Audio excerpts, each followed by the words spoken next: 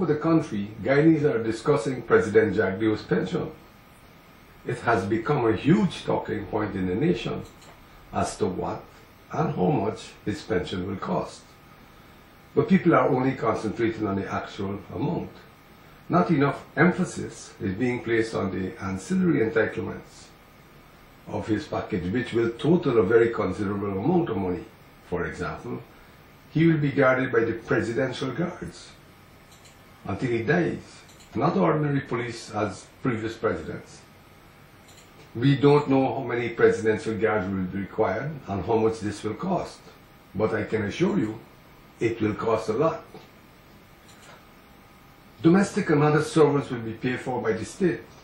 We don't know how many domestic servants he will require, or gardeners, etc. First-class trips twice a year for him and his family will be paid for by the people. His upkeep will include a chauffeur, including duty-free vehicles, and he will not be required to pay taxes ever.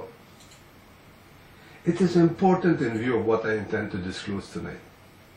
But this retirement package for a man who is still very young will be enormous and ruinous over time to this poor nation, since the cost of the benefits will increase as time passes and the presidential guards, the servants, the gardeners and chauffeurs will all get more expensive as the cost of living increases and their salaries are adjusted upward.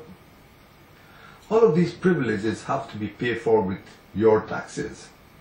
But for what? This man is only a legend in his own mind. This man's presidency has been the biggest disaster in the history of this country. Under his stewardship, crime, especially narco-trafficking, has been allowed to escalate almost completely out of control, taking hold of government at the most senior levels of his administration. No one even tries to deny that Roger Khan was seen coming out of his office, according to the WikiLeaks cables from our US Embassy, and reported in the newspapers.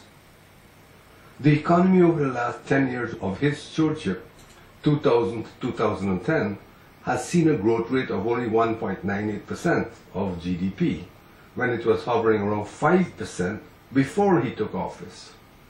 Racial division has increased, aided and abetted by his acolytes, who are now well known and vilified in the media as they ought to be.